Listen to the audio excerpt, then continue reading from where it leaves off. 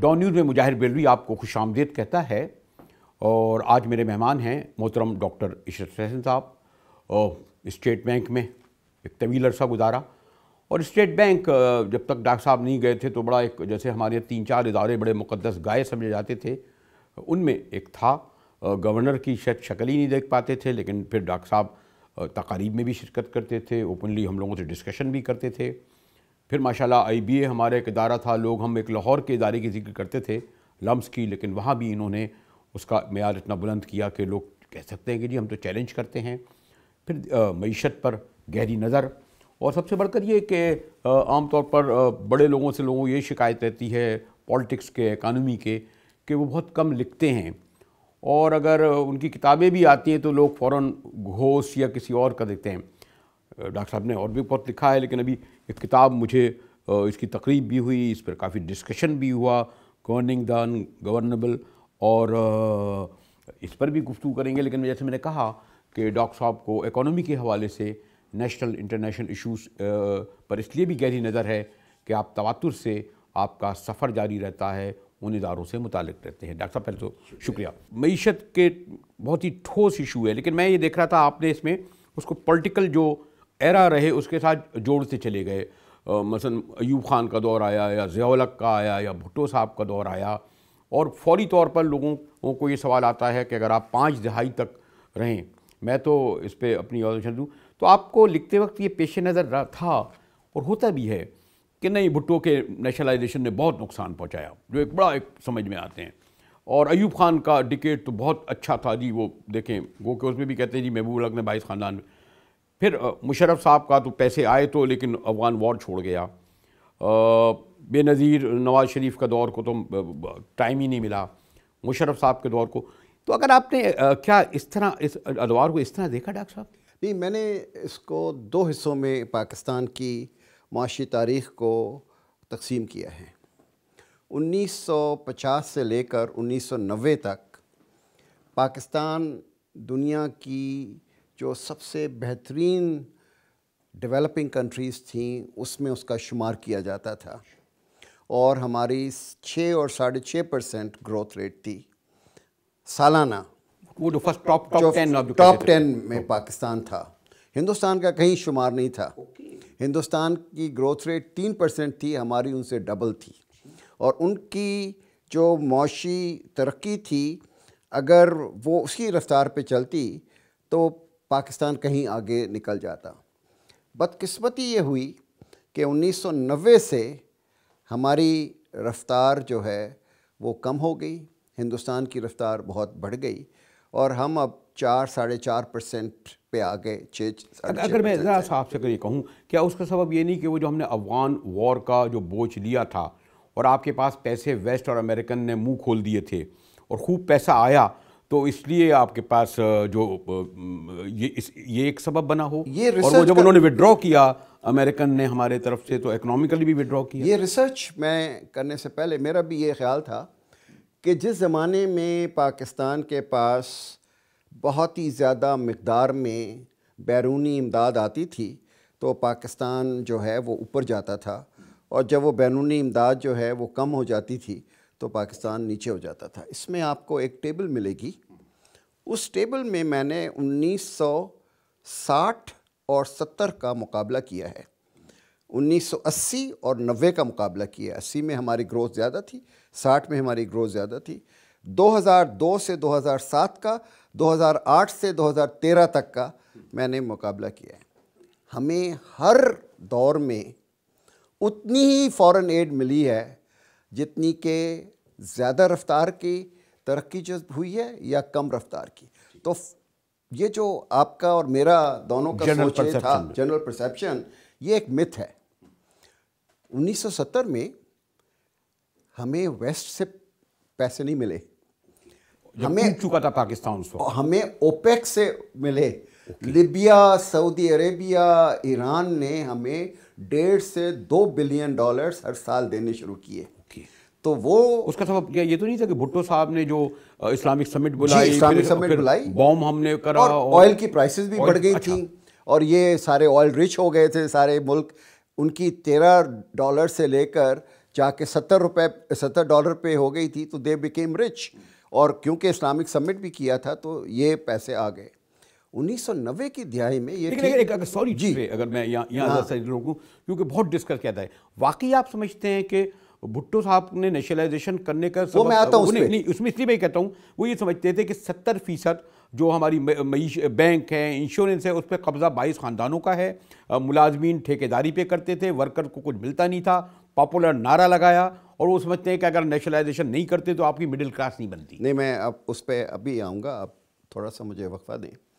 1980 میں افغان وار کا جیسے آپ نے کہا تو پیسے آئے، لیکن 1990 کی دہائی میں آپ کے اور میرے اور جو پاکستانی نان ریزیڈنٹ تھے ان کے $11 بلین ہم نے استعمال کیے اور ان کو فریز کیا. وہ بھی بیلنس آف پیمنٹ کی سپورٹ میں آیا. اس پر ریئیکشن بھی ہوا تھا ویسے، بتا رہا ہوں نا، لیکن پیسے اتنے ہی آئے جتنے کہ 1980 میں افغان وار میں آئے. تو یہ مقابلہ جو ہے پھر 2002-2008 میں مشرف صاحب کے زمانے میں، کیونکہ وار آن ٹیرر پہ ہم آئے تو واقعی ہمیں پیسے ملے، لیکن اس سے زیادہ پیسے کیری لوگر بل میں 2008 سے 2013 تک ملے. تو یہ خام خیالی ہے. مجھے بھی اس بات کا احساس نہیں تھا، لیکن جب میں نے ریسرچ کی اور فگرز دیکھے تو ان 1970 کے اور 1960 میں، 1980 اور 1990 میں، 2002 اور 2008 کے بعد سے کوئی فرق نہیں ہے. اتنی ہی غیر ملکی امداد ہمیں فارن ریسورسز آتے تھے. تو یہ کہنا کہ جب ہماری گڈی بڑھ جاتی ہے تو اس وقت پیسے آنے شروع ہو جاتے ہیں، یہ بات صحیح نہیں ہے. اب بھٹو صاحب کی جو پالیسیز ہیں، آپ کو پاکستان کی جب 1947 کی صورتحال کو دیکھیں، یہاں ایک انڈسٹری نہیں تھی، کوئی انفراسٹرکچر نہیں تھا، یہاں انٹرپرینرز نہیں تھے. تو ایوب خان نے PIDC بنائی، پکیک بنائی، IDPP بنائی، اور اس سے ہمارا انڈسٹریلائزیشن شروع ہوا. اور نیچرلی انڈسٹریلائزیشن میں جب آپ لائسنس دیں گے، پرمٹس دیں گے، تو ان لوگوں کو دیں گے جو کہ کچھ کنٹریبیوشن کر سکتے ہیں. ہر ایک کے پاس اتنی صلاحیت نہیں ہوتی ہے. لیکن یہ دور جو ہے، انہوں نے بھٹو صاحب نے آ کے غلط فہمی میں سوشلزم کے، بھٹو صاحب جیسے لیول کے آدمی نے غلط فہمی میں، اس زمانے میں اندرا گاندھی بھی وہی سوچ رہی تھی اور بھٹو صاحب بھی وہی سوچ رہے تھے. سوشلزم کا عروج تھا، سوشلزم دنیا میں چھائی ہوئی تھی. آرکیٹیکٹ ڈاکٹر مبشر حسن سمجھے جاتے ہیں؟ جی، مبشر حسن صاحب تھے، مبشر حسن صاحب تھے، جے رحیم صاحب تھے، وہ دونوں اس میں شامل تھے. اور انہوں نے پاپولر تھا کہ روٹی کپڑا مکان اس وقت تک نہیں دیا جا سکتا جب حکومت کے پاس سارے ریسورسز نہ ہوں. لیکن وہ بیوروکریٹائزیشن تھا، نیشنلائزیشن نہیں تھا. بڑے بڑے عہدوں پہ لگا دیا، بڑے سول سرونٹس کو انہوں نے وہاں لگا دیا جن کو کوئی ایکسپیرینس نہیں تھی بزنس چلانے کی.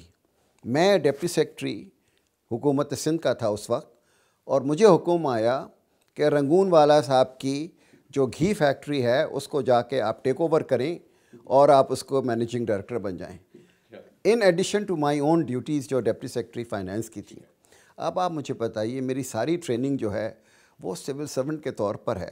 مجھے تو حساب بھی نہیں آتا کہ بھئی کتنے کا اس میں خرچہ ہوگا، کتنے کا سودا جائے گا، میرے ڈسٹریبیوٹر کون ہیں. ایک لائن میں پوچھوں کہ جو بھٹو صاحب کی نیشنلائزیشن کا جو نقصانات ہوئے وہ اب تک چلے آ رہے ہیں، اب تک چلے نکل نہیں سکے، نکل سکے. مجھے ایک بریک کی طرف جانا پڑ رہا ہے محترم ڈاکٹر عشرت حسن صاحب سے. اور آپ کو علم ہے کہ معیشت ایک ایسا مضمون نہیں سیاست کی طرح کہ جلدی جلدی اس کا ایک پورا پس منظر ہوتا ہے جس طرح کے، اور آپ کو تو علم ہے ڈاکٹر صاحب کتنی بڑی اتھارٹی ہیں. اور ایک اور پاکستان میں جنرل پرسیپشن ہے، لوگ کہتے ہیں جی IMF ورلڈ بینک ہماری اکنامک پالیسی بناتے ہیں، واشنگٹن جو ہے ہمیں بناتا ہے، اور یہ معاشی غلامی ہوتی ہے جو ہمیں سیاسی غلامی کی طرف لے جاتی ہے. یہ سوال کروں گا میں ایک بریک کے بعد. ہمارے ساتھ رہیے.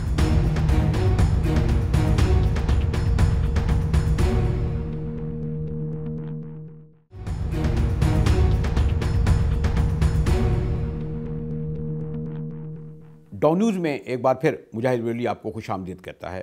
ڈاکٹر صاحب سے گفتگو ہو رہی ہے. جیسے میں نے کہا کہ معیشت ایک ایسا سبجیکٹ ہے کہ جس میں باقی وہ جب تک ان ڈیپتھ نہیں جائے تو بڑا مشکل ہوتا ہے سمجھنا اور آپ لوگوں کو بتانا. ڈاکٹر صاحب یہ سمجھا جاتا ہے کہ کیونکہ